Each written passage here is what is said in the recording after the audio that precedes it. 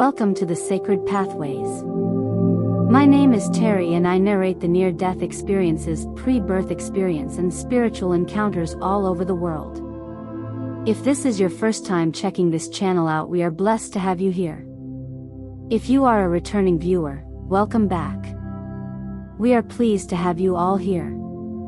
If you like our channel, please hit the like, subscribe and the notification bell icon to be notified of new content. It's free and it does help the channel grow.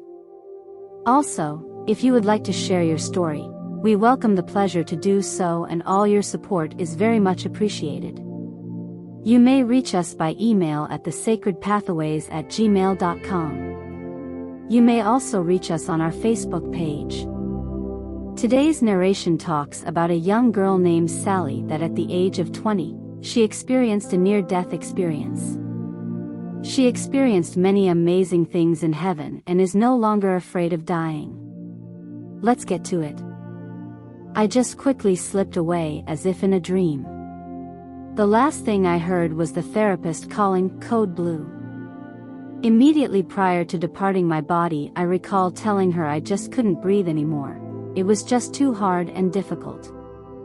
I saw, as if from above and apart, like watching a television drama, emergency resuscitation efforts frantically start over my body laying on the floor. I viewed the frenetic activities around my dying body with detached interest.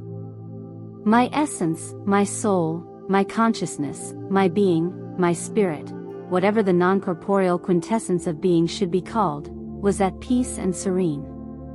Now I had no need for a physical body. Matter and gravity were no longer barriers to movement. Ahead emerged a wondrous, brilliant ball of the unimaginably whitest light from which emanated perfect love and peacefulness.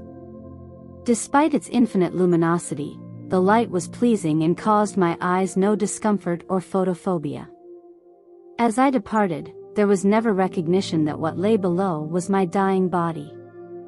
It was not a part of me, and the surrounding medical drama was not my concern. It seemed natural to disregard, and rapidly, leave the limp form behind. This radiant ball of loving light initially appeared at a distance and rapidly surrounded my soul during my journey. The light sourced from a beautiful central ball-like brilliance that far exceeded that of diamonds. I became aware that this source of transcendent light was a peaceful, living, loving thing. From it originated the most tremendous transference of pure love and acceptance, far beyond human imagination. Very naturally and effortlessly, I was drawn to this living ball of loving light. As I moved towards the light, the quicker it surrounded and insinuated itself within my soul. The love source and my soul merged within the light. We become one and the same. Twice during this rapidly occurring experience, I realized my earthly body was dying and the loving light field was my soul's destination. Being only 20 years old, each time I thought about dying young, I could only think of one word: no. As quickly as I would think this to myself, the movement to the light would halt like being suspended mid-thought. During each of these two episodes of choice, there was a sharp contrast between this ball of living, loving light and the darkness from where I came on earth.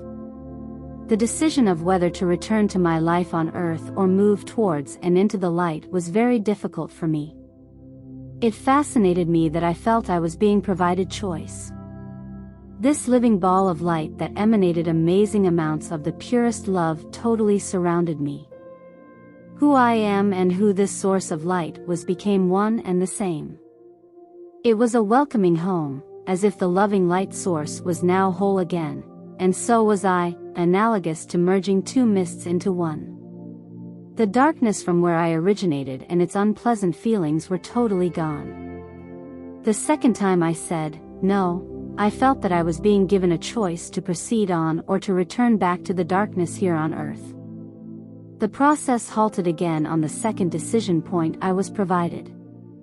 A voice spoke to me. The voice wasn't male or female, was audible and came from within this amazing living ball of lighted love. The voice surrounded me. The voice said directly to me, "Don't worry. It's not your time yet. Return.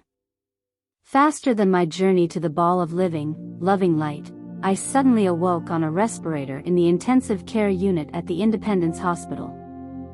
I could see and hear all these people busy scurrying around trying to save me. I could hear them talking about how they noticed I was waking up. They were concerned that I would need emergent cardiopulmonary resuscitation again.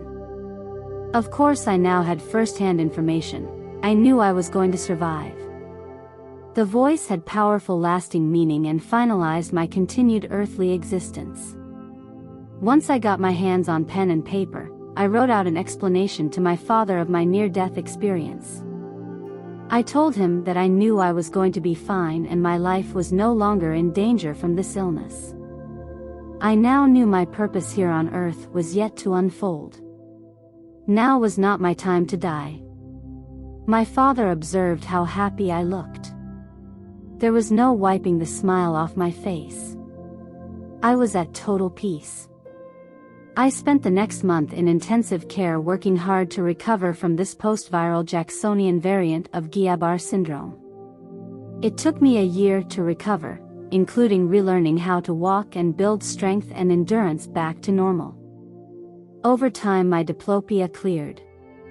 In spite of doubts about my ability to return to medical school, I was able to graduate with my class in spite of missing many classes. Thank you for sharing your story.